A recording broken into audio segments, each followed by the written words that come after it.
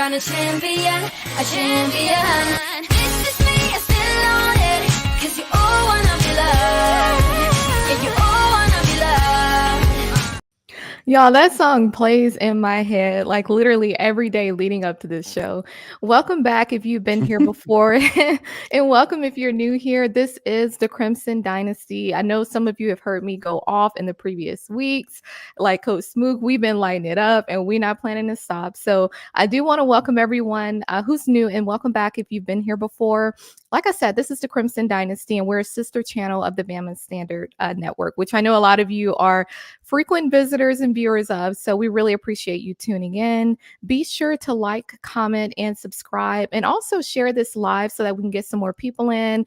Light up that chat because we love when y'all engage with us. And you know, Coach Smokey's going to be all in that chat tonight as well. But before we get started, I do have to give a shout out to our sponsor, Workspace Solutions. So if your business needs a digital presence or full-fledged marketing team at an affordable price, be sure to contact them. You can actually look them up online and just check out their website and see if they have anything that you may be in need of. So without further ado, my name is Sishi. I am the host for the Crimson Dynasty, and we do have yours truly, Coach Smook. He's our co-host, and you know, he started joining us a few weeks ago, and he's been really lighting it up. And even when he has to press his infamous buttons and go off on some of the viewers, it is what it is. But you know, we're happy to have y'all here. Coach Smook, it's good to have you here.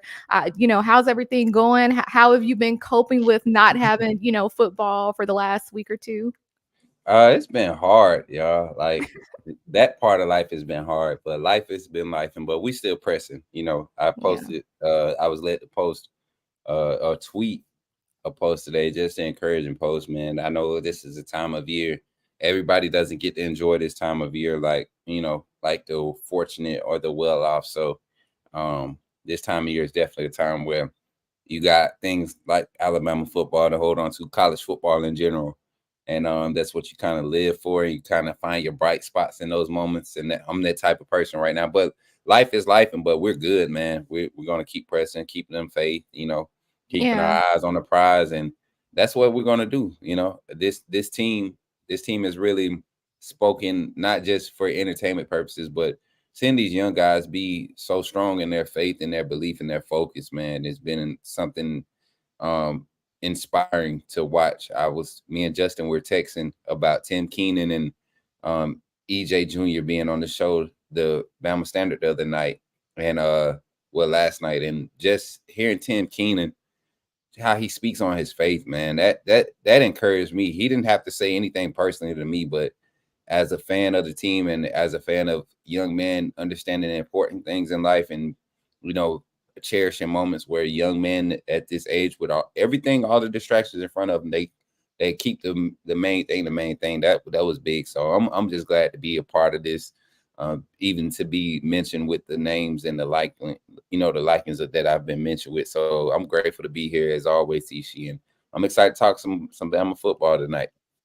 Yeah. You know, we're going to keep this thing rolling, but I do want to kind of piggyback off of that because I think you said something that, you know, it really is important, especially this time of the year where, you know, you start to think about this is a celebratory moment in a sense where you know, you're with your family, your loved ones, but not everyone has that. You know, a lot of people, when they come to the Bama Standard Network, all of our shows, you know, that's like their connection or just, you know, something that makes them feel some sense of, okay, you know what, these people, they're saying the same thing that I'm thinking. Maybe I don't want to say it out loud, or maybe I'm just looking for, you know, a way to connect with others. And so I do think that, you know, just that attitude of gratitude, you know, I mean, when we think about it at the end of the day, and that's one thing that I like to see. I know Caden Proctor got baptized before the season started. Like, I like to see the guys, you know, profess their faith out loud, because it's like, if God is blessing you, you know, you don't keep that private, you know what I mean? And so I think that that's a huge part of it. And we have to remember that, you know, the talents and the gifts that we have is so much bigger than us.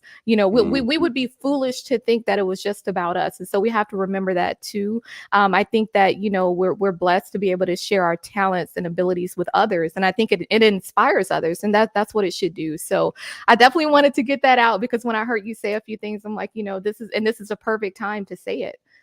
So without further ado, let's just jump right into it. So so there has been talk this week in particular about, FSU trying to join the Big Ten. Now, to be honest, as we talk about having an attitude of gratitude and just basically keeping the main thing, I heard that the governor of Florida, Ron DeSantis, I actually heard him say that he was setting aside $1 million in legal fees and legal funding if Florida State decided to pursue legal action against the College Football Playoff Committee. And not only did I think that was absurd, but I felt like it shed a lot of light, because there are so many people who are homeless, or children who need help in the state of Florida, and there's just so many different uses to put that money towards versus oh, I'm still emotional about it, even though I know we wouldn't have won in the first place. And so I think this whole FSU going to the Big Ten, we have to remember, and I think that this kind of gets overlooked, that the ACC, they voted not to have the 12-team playoff this year. You know what I'm saying? And so my thing is that I don't know if they just assumed that they would get in or whatever they were thinking, but how do you feel about this? Because we know, Coach Smook, that these, especially the Power 5 conferences, are definitely changing next year. How do you feel about not only Texas and Oklahoma coming to, the SEC, but we know that the ACC is also expanding. I think you have Cal, SMU, and Stanford. And Florida State right now is still going to be a part of the ACC. But what do you think about this rumor about them joining the Big Ten? I think it's kind of more so it just continues to support the fact that a lot of Alabama fans and SEC fans stand by that you're dealing with probably the most consistent and the best conference in college football. That's why you see teams who will make these big emotional stances, and supporters of these teams and alumni of these teams make these emotional stances and have their say when things don't go in their favor. But the product, some people do like to watch football. Some people like to watch good football, not just media hype football. And I feel like that's what the committee, at the end of the day, that's what their decision was based off of. If these are the 6 best teams in the nation right now, who's going to give us the 3 best games over that 2-week span to crown who's going to be the national champion? And that committee felt like Florida State was not good enough, for the committee to say that. It speaks volumes. Yes, They might have been having it wrong, leading up to the final rankings, but they made Alabama prove if they were going to be a top 4 team by beating a top 4 team, actually beating the number 1 team. That's what I felt like they did. At the end of the day, now that everything, the dust is settled for the most part, I feel like they made us prove that we were deserving to be in the top 4. Florida State, you beat a 2-loss team in Louisville by, barely beating them. By 10 points. It was literally because they had the worst offensive display of their season by their quarterback, Jake Plummer. I keep calling him Jake Plummer, but the Plummer kid played his worst game of the season in the biggest game of his year, of the year. So this whole back and forth with the committee and Florida State alumni, this attorney general is not even a Florida State alumni. This is a Florida grad talking about supporting the state of Florida. When and I know we don't do political issues, but you have way more political issues that are more important going on in Florida than supporting a second or third string quarterback trying to lead a team against the likes of Texas, Washington, or Michigan, since you want to keep Alabama out. And the thing is, how does it make sense for Texas to get in with 1 loss after winning their conference, but not Alabama, who beat the number 1 team in the nation to win their conference? So Florida State fans, if you want to pick an argument, go pick it with Texas. Go pick it with the voters who kept Oregon ahead of you for so long. Like, I mean, I just don't get it. But at the end of the day, the most deserving team is in there. And I think we're going to prove that when we face up against Michigan. And I think Florida State having to go against Georgia, regardless if Georgia sits their whole first lineup, I think they still lose by 10. At least. Coach Smook, and you're right about all of what you just said. One thing that I was thinking of as you were talking is that common sense is not so common. you would think that, take the emotion out of it. Because at the end of the day, you do have to, like we said at the beginning, keep the main thing, right? My thing with Florida State is, and I'm not going to harp on this too long because I know last week I went completely off and I still have some more in my tank because I hear Booger McFarland is still running his mouth. But my thing is that, no discredit to Florida State in that, Jordan Travis, I enjoyed watching him play this season. I didn't want to see him go down. And I don't think anyone with a heart would want to see a player get hurt, especially in that way. However, we do have to be realistic and just have to use basic logic, basic common sense. Like this stuff is not even difficult to understand. It's not, I think a lot of what's happening is that it seems as if their arguments and their emotions, and I say everyone who's vouching for Florida State and saying that they, got snubbed, they're making it more about an Alabama thing and making it seem like we're less deserving. My thing is that if that's how you feel, keep that over there and pour that out towards, the Michigans who are unethical, the ones who have to cheat to win, pour that out towards the Texas if you want. I mean, I still think Texas is a good team, but if you're going to argue about why Alabama as a one-loss team got in, then you still have to argue about Texas. Because at the end of the day, we did lose to Texas, but we lost clearly to a top 3 team because Texas is number 3, and then we beat the number 1 team. So I just feel like that's one thing that kind of bothers me, even in my personal life, is just ignorance, and I hate to call it that, but that's what it is. At the end of the day, when you're a fan of you have to get outside of your biases. When you're a fan of the game in and of itself, then you're just a fan of the game. I mean, you want to see the top teams win. I'm pretty sure TCU didn't think they were going to stroll up in there and beat up on Georgia. They got mollywhopped. And that's the same thing that will happen to Florida State. And my thing is that why would you want to see that happen? Imagine how those TCU fans felt last year. You know what I'm saying? Like, why would you even want to put yourself in that situation? So we do have to be realistic. At the end of the day, arguably these are the best 4 teams.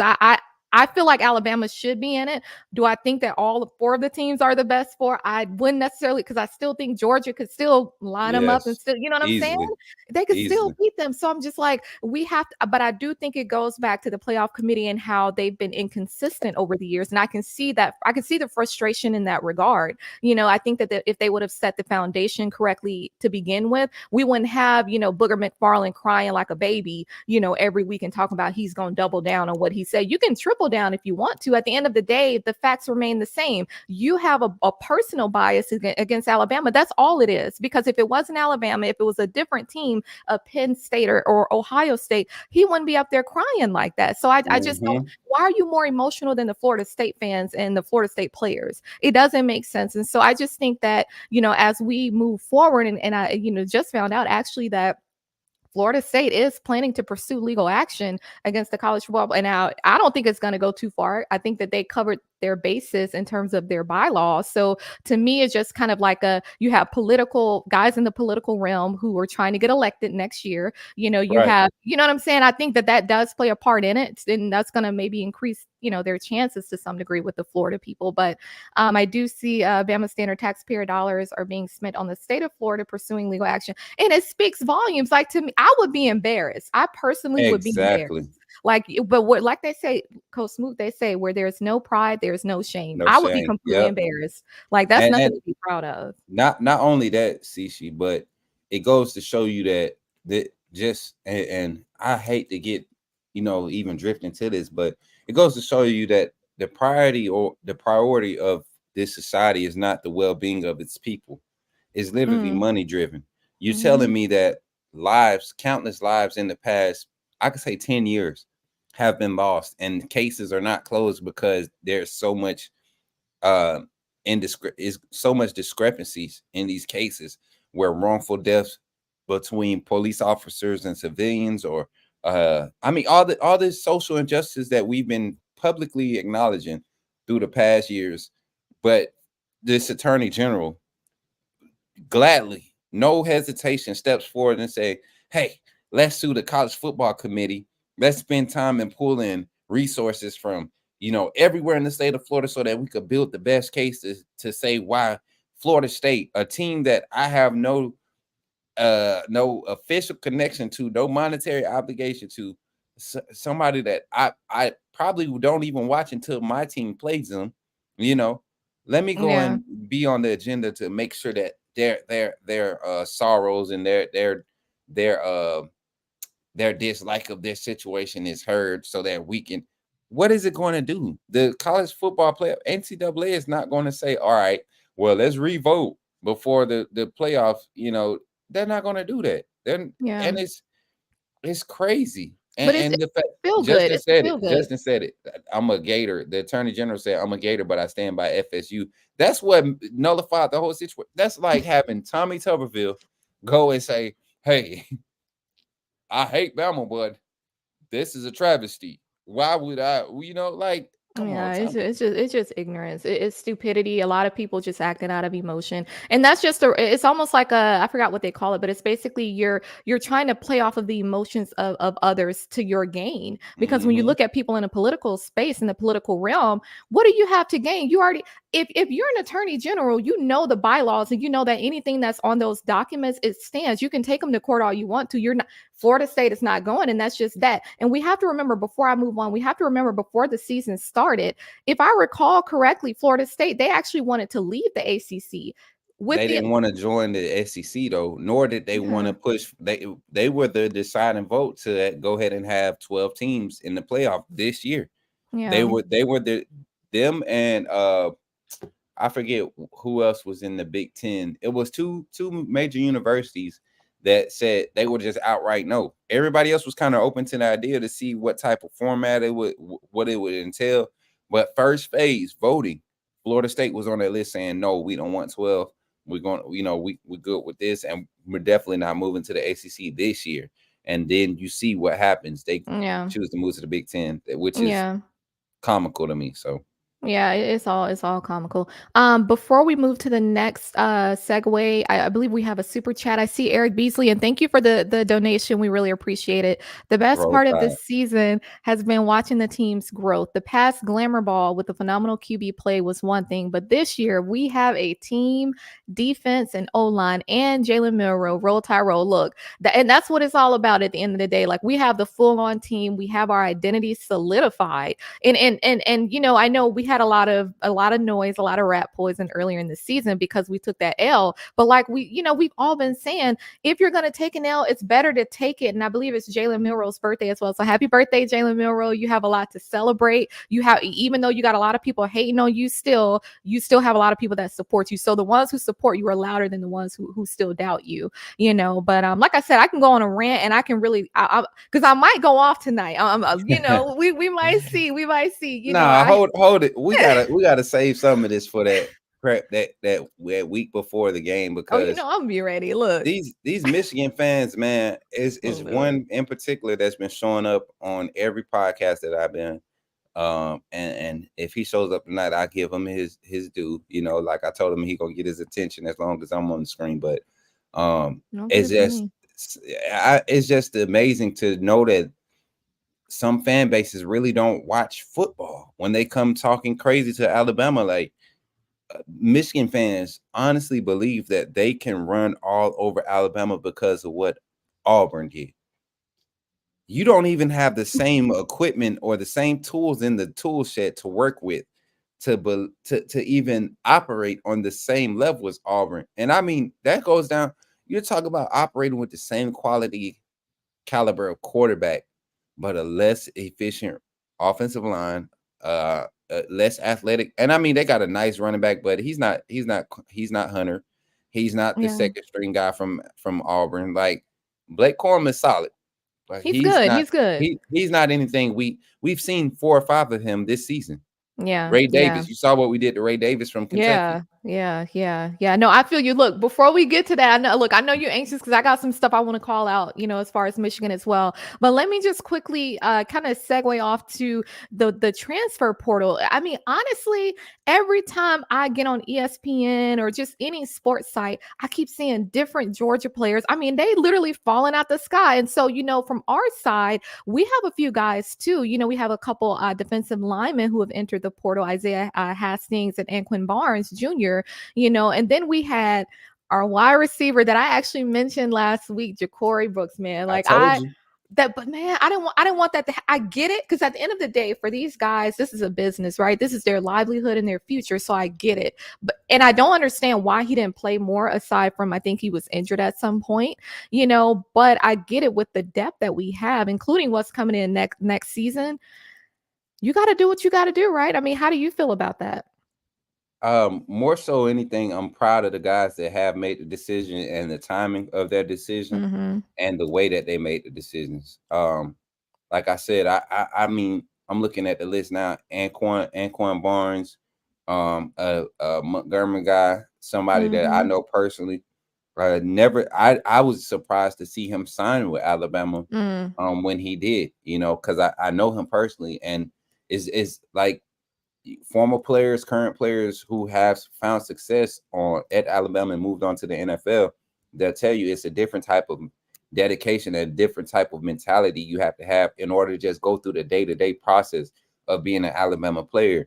And we probably saw the standard maybe not necessarily lessened, but there was a lot of leniency in the standard while Bryce was the quarterback and you had Will Anderson.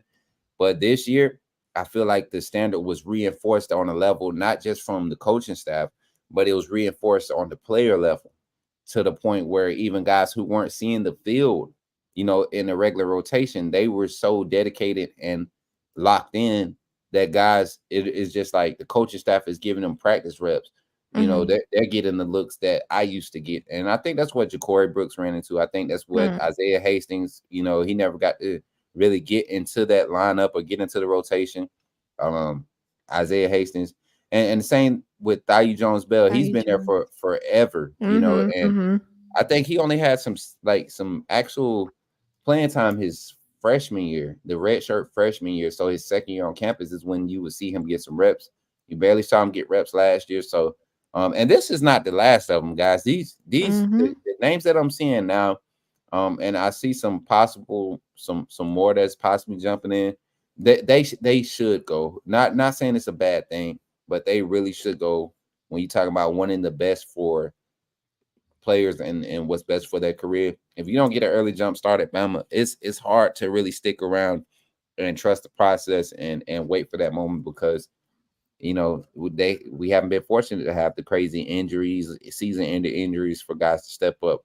Jalen Hale, if he didn't make the impact he made in Ole Miss game, I think he would possibly be experiencing the same thing. I'm glad Um, he's not. Look, right? I called it after the 8A game. I'm like that guy and Jake Pope, both of Yeah, them. Both of and them. and you said two names that I'm glad aren't in the portal, because Jake Pope could go on anywhere else in the SEC and have solid reps. He may not be a starter, but he'll be a solid rotational player.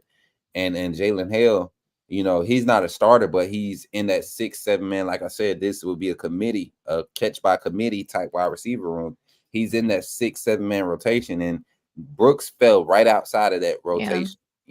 And it's a hard thing to settle and see, but Brooks did his due, and I think wherever he goes, I think he's going to be great. Kind of like Trayshawn Holden did for Trayshawn Oregon, Holding, yeah, and yeah, and Christian then that, Leary, even at Georgia yeah, Tech. yeah. No, I mean, I'm proud of them. At the end of the day, like we said, man, it's a business. It's a business for them. It's their future. They have to do what's best for them. And like you said, if you don't jump on and really take that control, like the Isaiah Bonds did, and even Isaiah Bond, which was more so because of the coaching last year, he could have played more last year. Ja'Cory Brooks, I mean, it would.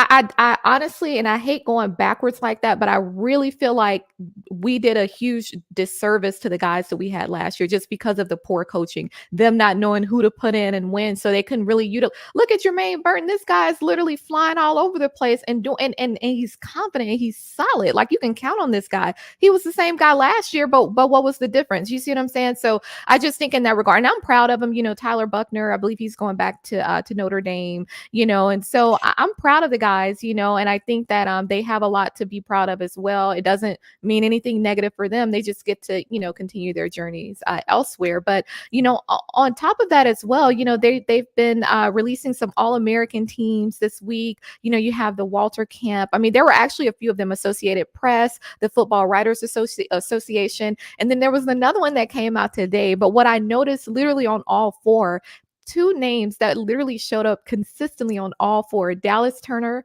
and JC Latham. And I'm just like, this, I mean, it speaks volumes. Now, I honed in a little bit more on the Walter Camp for different reasons, but I noticed for the Walter Camp All-American team, we didn't have anyone on first team, offensively or defensively, and I didn't understand that at all. We had a couple on the second team defense, so we had Kool-Aid and Dallas Turner, but on offense we had just JC Latham. So the Walter Camp that one surprised me, to say the least. I think the Football Writers Association did as well, but where we really went off was the Associated Press. I mean, that's where Caleb Downs showed up on second team defense. You got a true freshman. You know what I'm saying? Like that's huge. And like we've been talking about him literally week after week because he keeps giving us something to talk about. This guy, he showed up to Alabama locked in. I think well before he even got to Alabama, he had his mind made up. And he's Jake Pope, Dylan Lonergan, Justice Haynes, Caleb Downs. All four of these guys came straight out of the state of Georgia right after Georgia won a national championship. So I think from a recruitment standpoint, we've done an excellent job. And I believe it's going to continue to get better and better.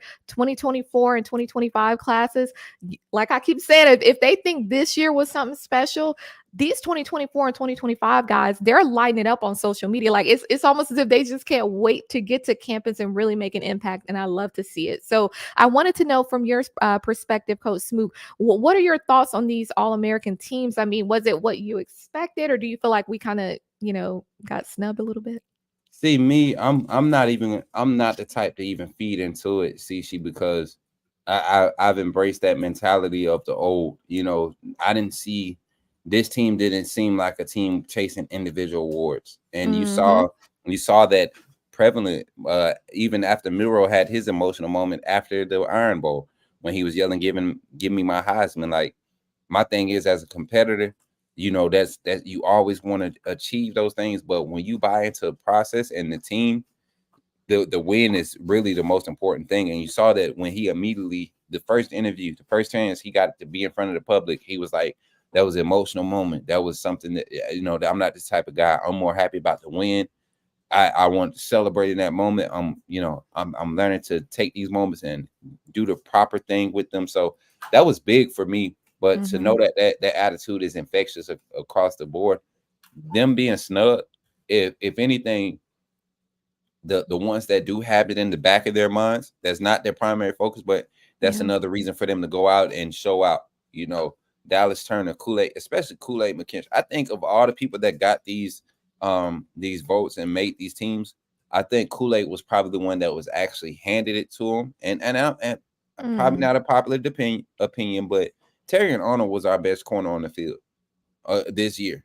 You can't I don't get into these awards and stuff because a lot of times it's just pre-existing hype, not current what's happening. Jaden Daniels should have been a runaway for the Heisman. He actually won it, but it should have been a runaway, but a lot of his hype was being held up because he did the same exact thing last year for LSU. The fact that he was just able to maintain it is what allowed him to win it, in my opinion. But Kool-Aid definitely, should have been second team. Arnold should have been first team if you're going to select the Alabama corner. Caleb Downs, top 3 safeties in the nation as a true freshman. Not just true freshman safeties, but a safety in the nation. And he makes second team. So that speaks bounds. JC Latham started off slow. Probably the most consistent right tackle in college football right now. And that's, it's pretty accurate. A lot of those individual awards, I don't think the team is really too much worried about that. This, if anything, like I said, this is going to be a team fired up to prove that Coach Saban, that's just another tool that Coach Saban could have in the shed, another soundbite that he could put in. Like, hey, they don't even believe you the best wide receiver. They don't believe you the best inside linebacker. They don't believe you the best corner, nickel corner. So I like it. I like where we at, because next year it'll all pay off. You're gonna have so many preseason SEC team members from this roster showing up. It's gonna be crazy. Yeah, yep. And I think a part of that, it's been developed over the season between Tommy Rees and Kevin Steele and Coach Saban and the other personnel and coaches, what they've been instilling into these players. Because when you look at it, we've come this far because they decided collectively to come together. It hasn't been individual, oh, let me focus on getting my stats and this and this. No, they've had to come together. Even Trez Marshall, people had, some things to say about him. But my thing is like him on the fumble recoveries, I mean, it's like I feel like each guy literally, you can literally scan the field. Each guy, they've done their part. We may have hiccups here and there, and I think a lot of it has more so to do with mental errors for the most part. We may have had slow starts here and there, but I mean, I cannot name one other team, FCS, FBS, that has come where we have come in this short period of time. And we have to remember that the season started just a few months ago. You know what I'm saying? This wasn't like development or growth in a whole year. This is just over the last few months, and it speaks volumes. I'm happy with what I'm seeing, and I think that I think a lot of this has to do with why the Michigan guys reacted the way they did when they found out Oh that yeah, Alabama would be number 4. seriously. I'm gonna tell you like this. I'm a competitor at heart. Not once in my life was I in a position where, I mean, I started playing organized sports probably my 4th grade year, basketball. I didn't get on the football field until my 9th grade year, organized sports, So I played in a era where you only knew about the guys that were in the immediate area around you. It wasn't a lot of social media. So the year when they announced that we was going to be playing Julio Jones for the first round, and what it was, Foley High School, and that my senior year, and then we were waiting for the final projections and playoffs to come out, and we got McGill Tulane. We were more scared of McGill Tulane because they had guys that locally we knew they were dogs. Julio, because of where we were in Alabama, we only knew Julio because of the name. Alabama football was pushing for him. He was the number 1 recruit in the state. But McGill Tulane was a beast. And I think that's what this team is more about this year than last year.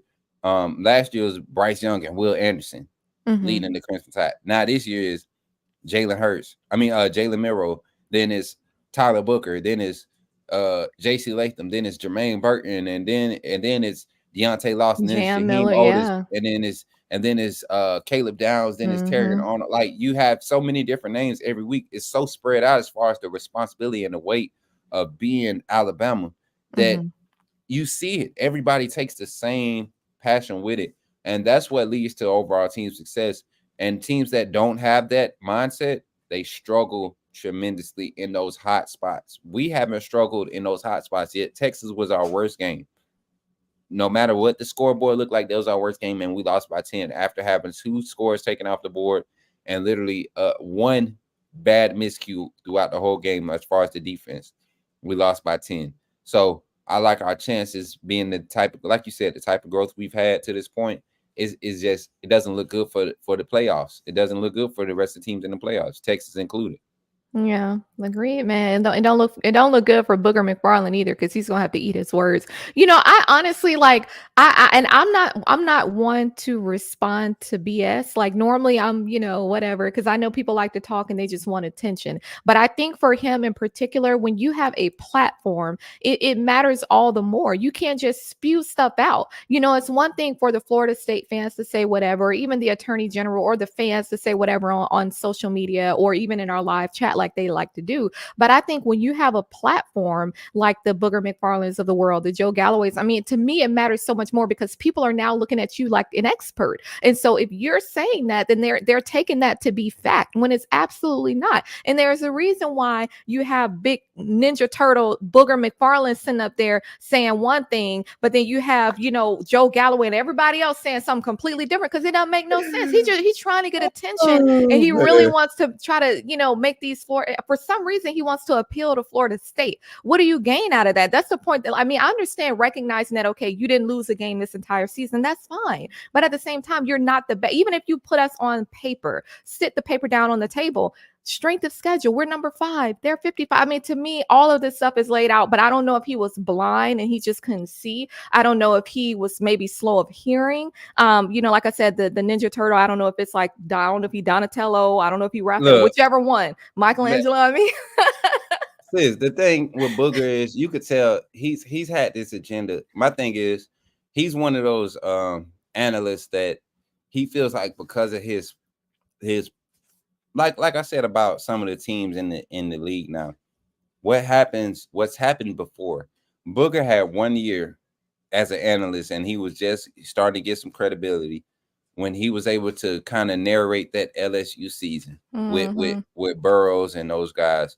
Like that was his highlight year of being an analyst. And ever since then, the return of Booger McFarland of who we know him to be, which is nobody, like who is Booger McFarland? Like at the end of the day, who is Booger McFarland? He played at LSU. That's what everybody remembers from him. Other than that, he does nothing as an analyst on the media scene, on the media side that makes you remember him other than say stupid stuff.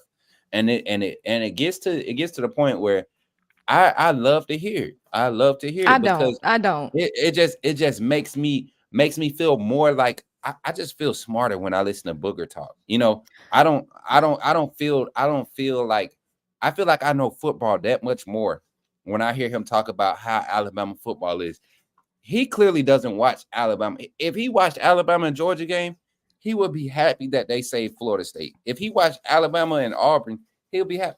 The fact that he's pulling from Michigan, he did it. He watched highlights, sis. He watches highlights. Man. He is somewhere entertaining somebody else's daughter when he should be watching these these games. Exactly. Because Booger looks like the guy from Live.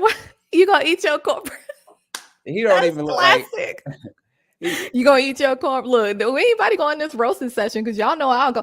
Coach Smook, I hear what you say. I don't agree per se because I feel like I said, when you have a platform and you send your big self up there on national television, running your mouth, and you're literally saying things that's what I'm saying. And you're saying, and then he gonna say a few days ago talking about he doubled down on what he said. Well, you can triple down if you want to, but it's still emotion does not trump fact, and that's the part that a lot of people seem to not realize. Like you can sit there in your emotion. Like, if he goes to a therapist, they'll tell him you can sit there in your emotion, feel your emotion, but we're well beyond the college football playoff rankings now, so why are you still sitting in those emotions? Booger, get past it. We can do this Ninja Turtle stuff all day, but at the end of the day, my thing is that you're not going to disrespect Alabama. That's the part that bothers me, because you send your big stuff on national television talking about us like we don't deserve it. What do you mean? Like, honestly, and I'm not going to go down that rabbit hole like I did last week, but I'm kind of feeling it, Coach Spook, because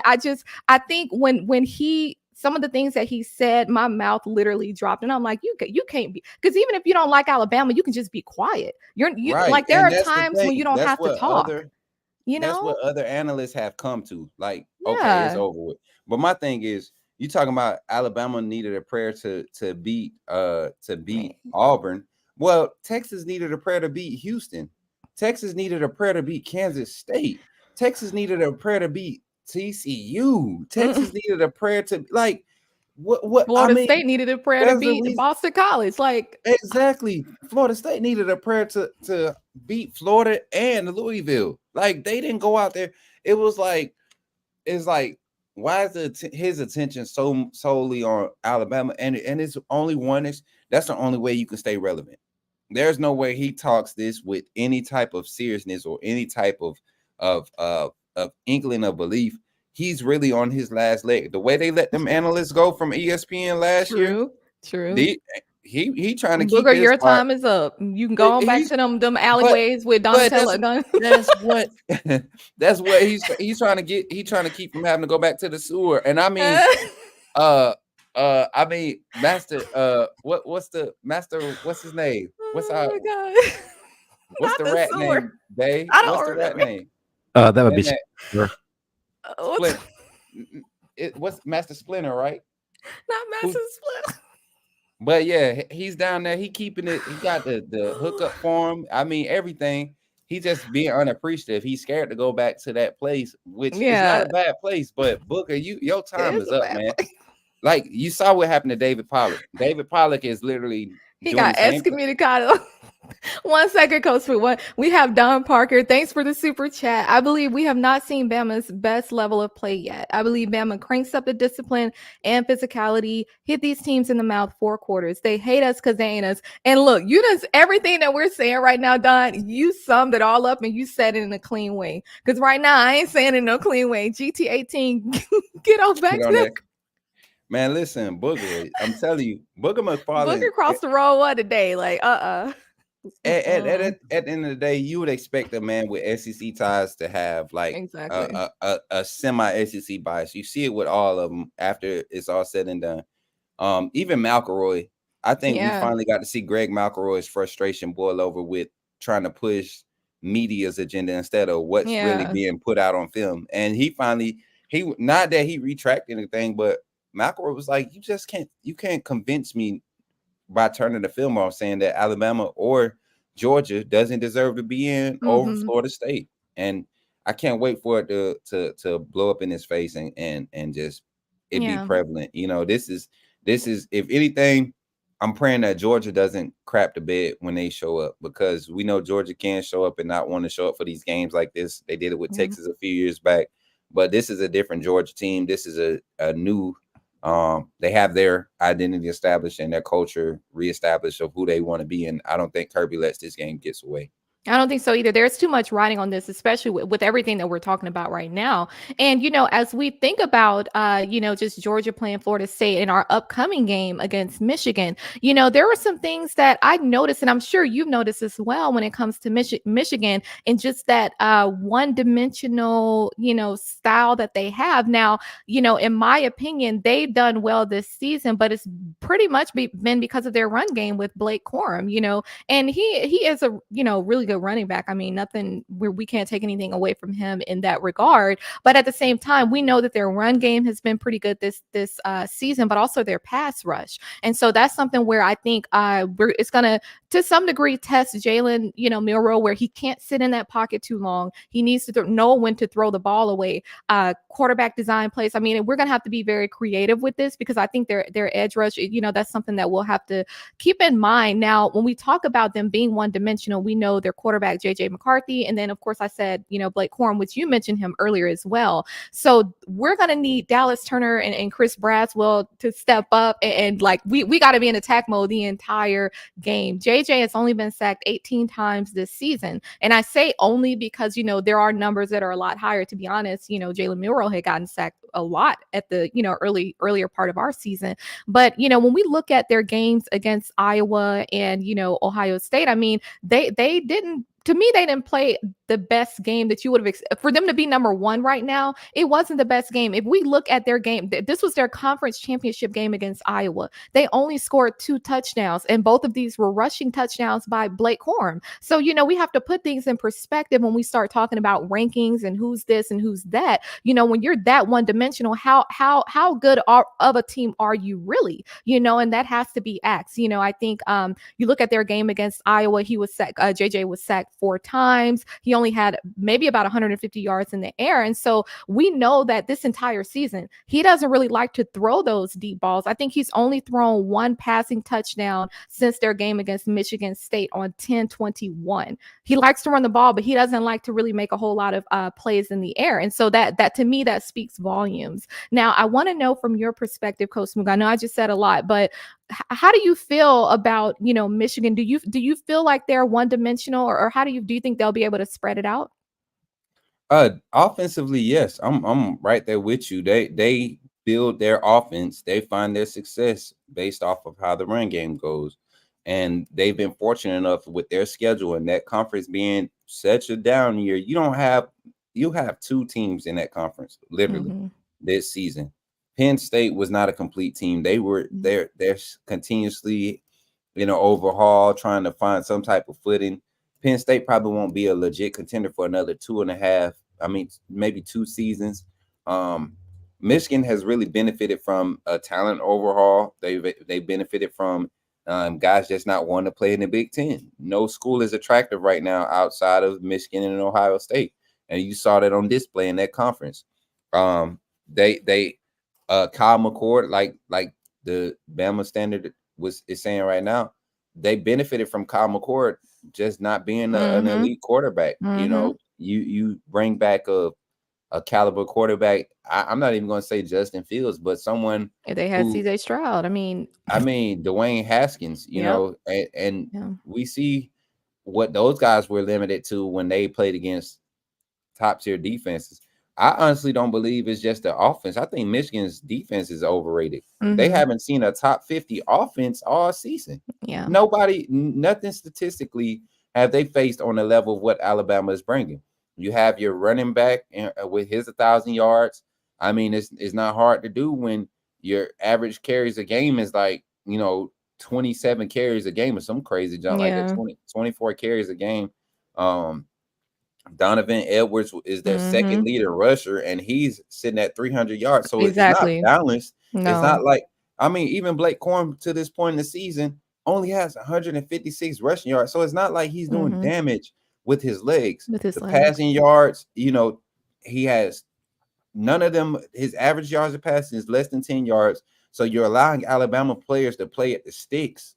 The corners like Trey Amos, Kool-Aid, and Terran Arnold, those cover guys, you're allowing them to basically sit at the sticks and make most of their reads sitting at the sticks, coming out of flat breaks or, 1 or 2 step drops as far as their back pedal and being able to break on patterns.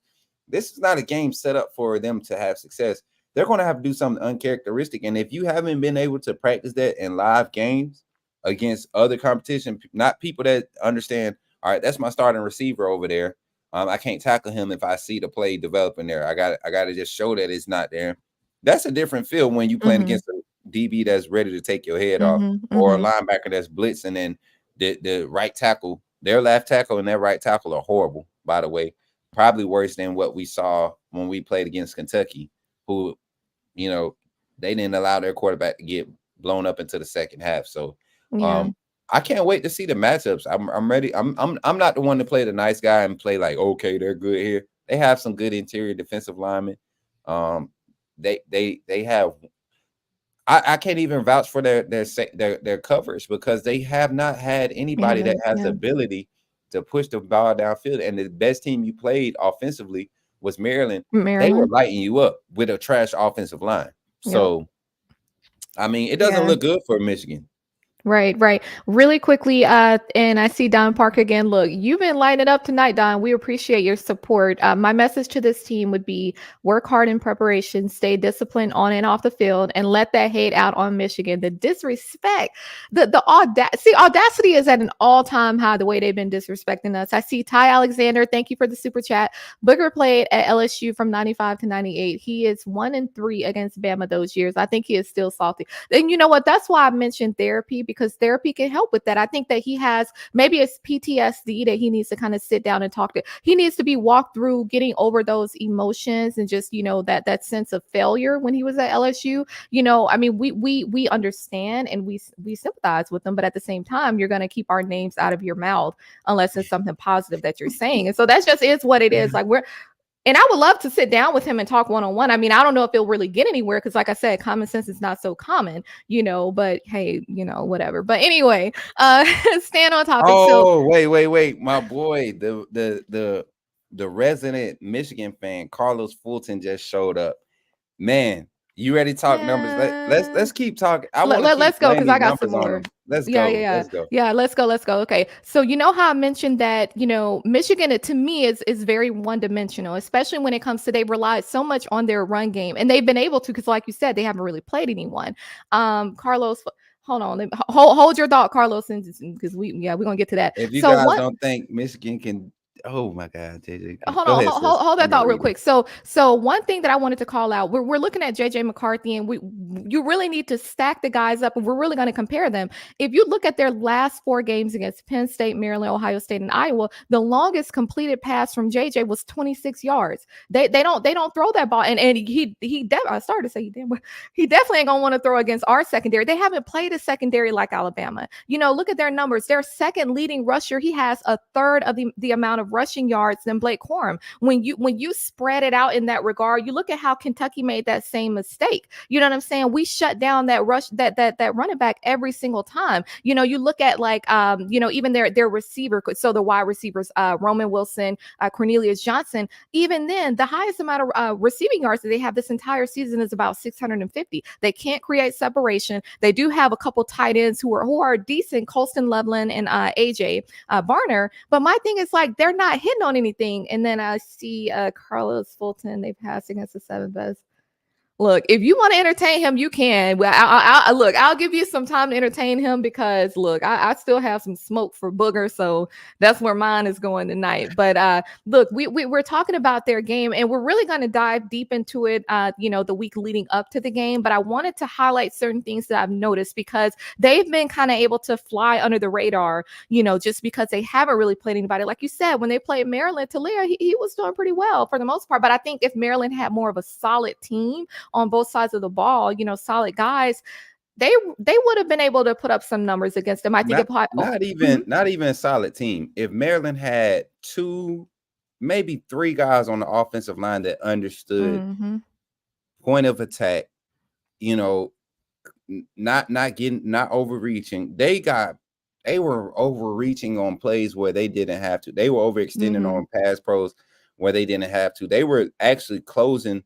They were blocking release lanes for Talia to climb into because they were so worried about getting beat by or overrated defensive linemen in Michigan. Now, I'm not saying that they're trash, but this Michigan team has not seen the likes of a Jaden Roberts, Seth McLaughlin, and Tyler Booker. Like that's going to be the primary. Latham and Proctor are going to have to deal with the edges and some of those stunts that come out to them. But that interior with guys like Oots and Roydell ready to step up for pass pro, and even CJ Dupree gets in it for pass pro. Like you can't drop 8 on Milroe, not with that slow secondary y'all got.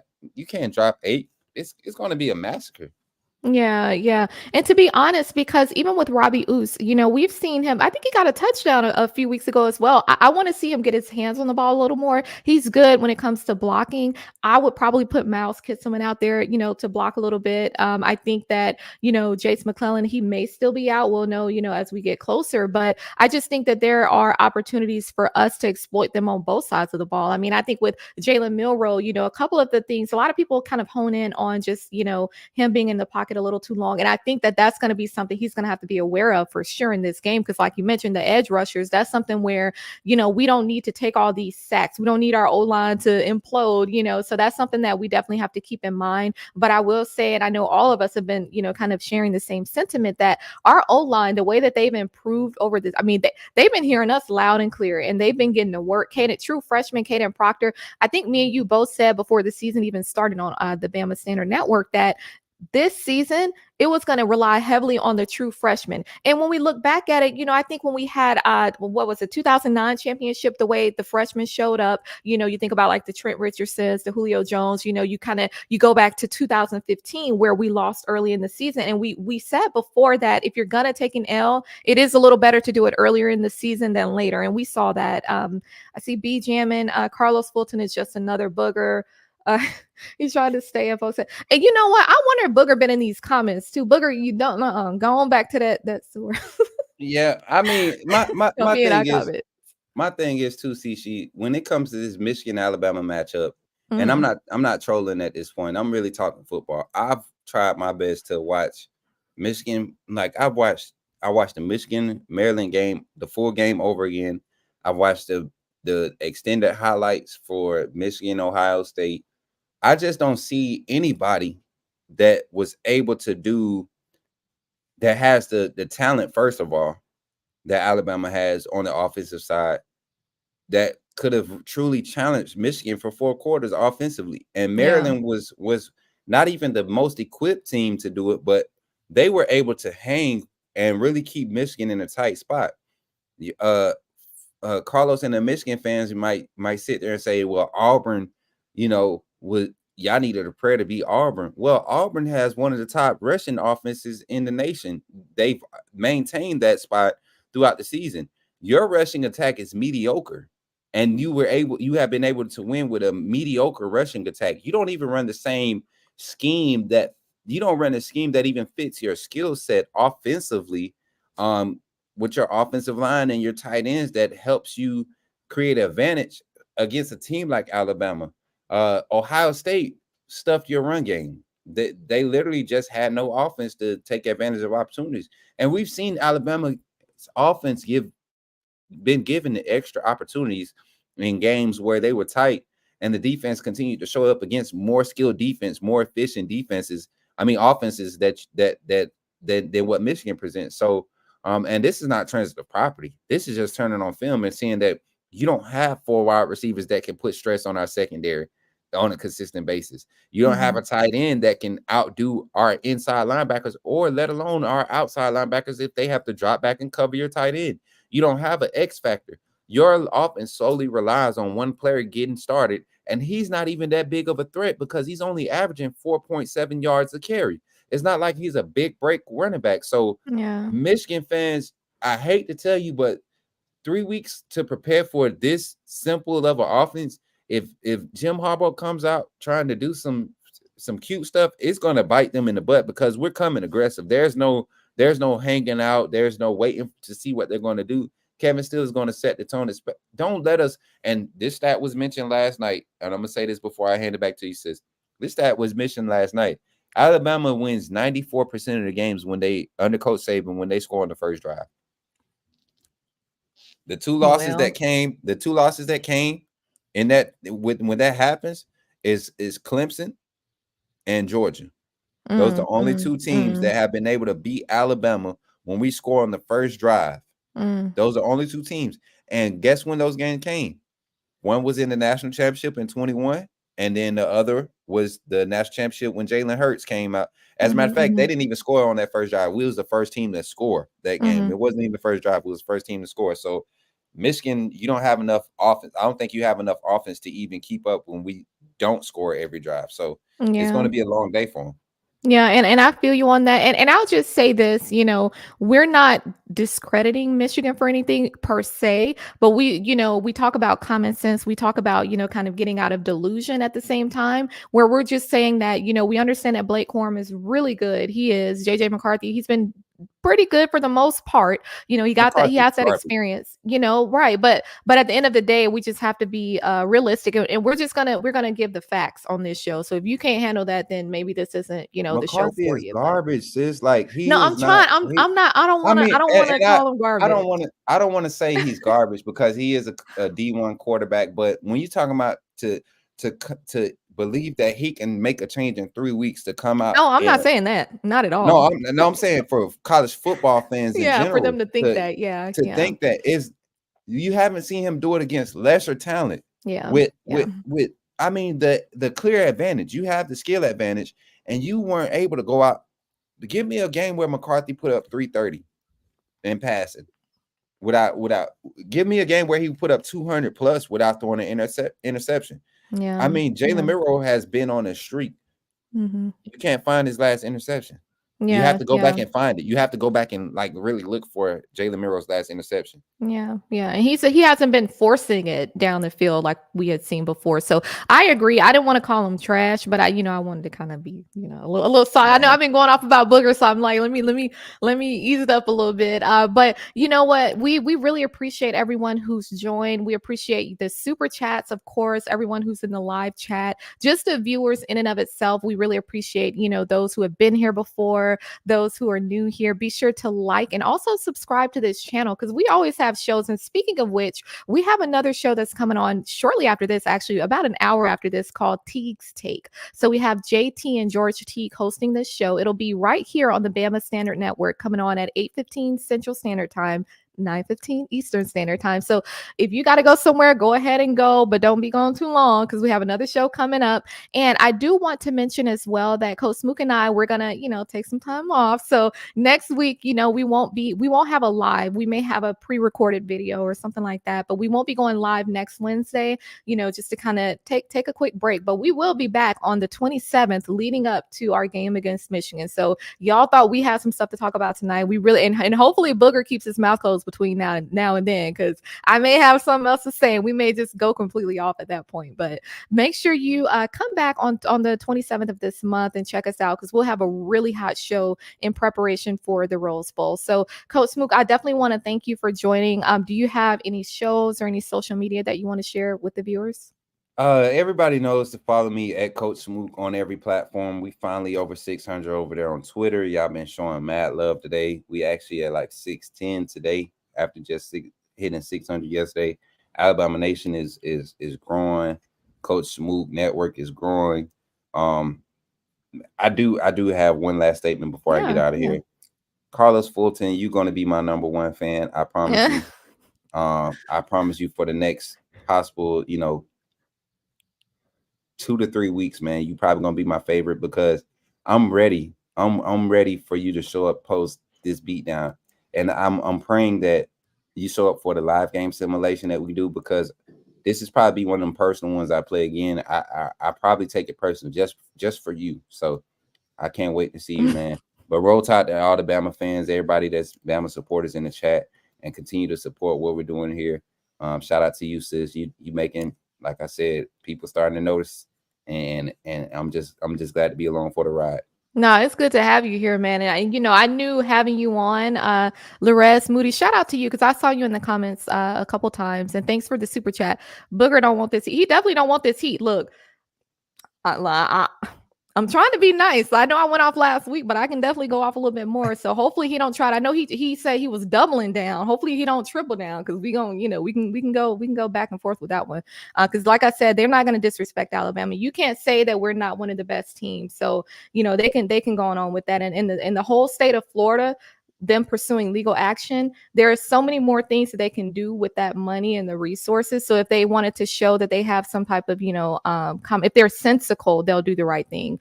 But if you wanted to find me on social media, I'm on Instagram. It's at beauty_of_intelligence. We really appreciate you being here. Be sure to come back on December 27th. Go ahead and mark it on your calendars, because we're going in. Sounds like Carlos Fulton will definitely be here. So hopefully he is. But, with all that said, thank you for tuning in, and roll tide, roll. Roll tide.